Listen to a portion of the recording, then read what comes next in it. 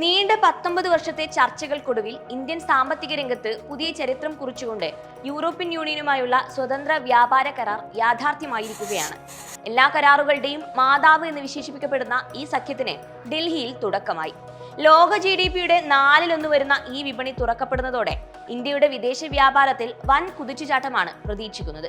ഈ കരാറിന്റെ ഏറ്റവും വലിയ ഗുണം നമ്മുടെ കയറ്റുമതി മേഖലയ്ക്കാണ്.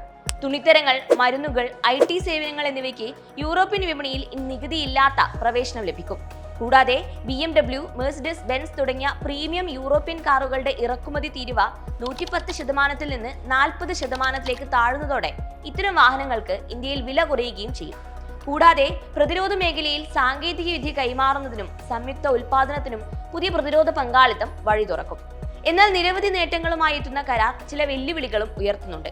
കാർഷിക മേഖലയെ സംരക്ഷിച്ചുവെന്ന് സർക്കാർ അവകാശപ്പെടുമ്പോഴും യൂറോപ്യൻ വൈനുകൾക്കും സ്പിരിറ്റിനും നികുതി ഇളവ് നൽകിയത് ആഭ്യന്തര ഉൽപാദകർക്ക് കനത്ത തിരിച്ചടിയാകുമെന്നാണ് ഉയരുന്ന പ്രധാന മുന്നറിയിപ്പ്. ഒപ്പം യൂറോപ്യൻ യൂണിയൻ നടപ്പിലാക്കുന്ന കാർബൺ ടാക്സ് ഇന്ത്യൻ ഉരുക്ക്, സിമന്റ് വ്യവസായങ്ങൾക്ക് വലിയ സാമ്പത്തിക ബാധ്യത വരുത്തിവെക്കുമെന്ന ആശങ്കയും ശക്തമാണ്. ചരിത്രപരമായ ഈ നേട്ടത്തെ രാജ്യം ആഘോഷിക്കുമ്പോൾ കാർഷിക മേഖലയിലെയും പരിസ്ഥിതി നിയമങ്ങളിലെയും നിബന്ധനകൾ ഇന്ത്യയുടെ താൽപര്യങ്ങളെ ഹനിക്കുമോ എന്ന ചോദ്യമാണ് മറുവശത്ത് ഉയരുന്നത്. ഇന്ത്യയുടെ സാമ്പത്തിക പരമാധികാരത്തെ ഈ കരാർ എങ്ങനെ ബാധിക്കുമെന്നത് വരും ദിവസങ്ങളിൽ വലിയ ചർച്ചകൾക്ക് വഴിയൊരുക്കും.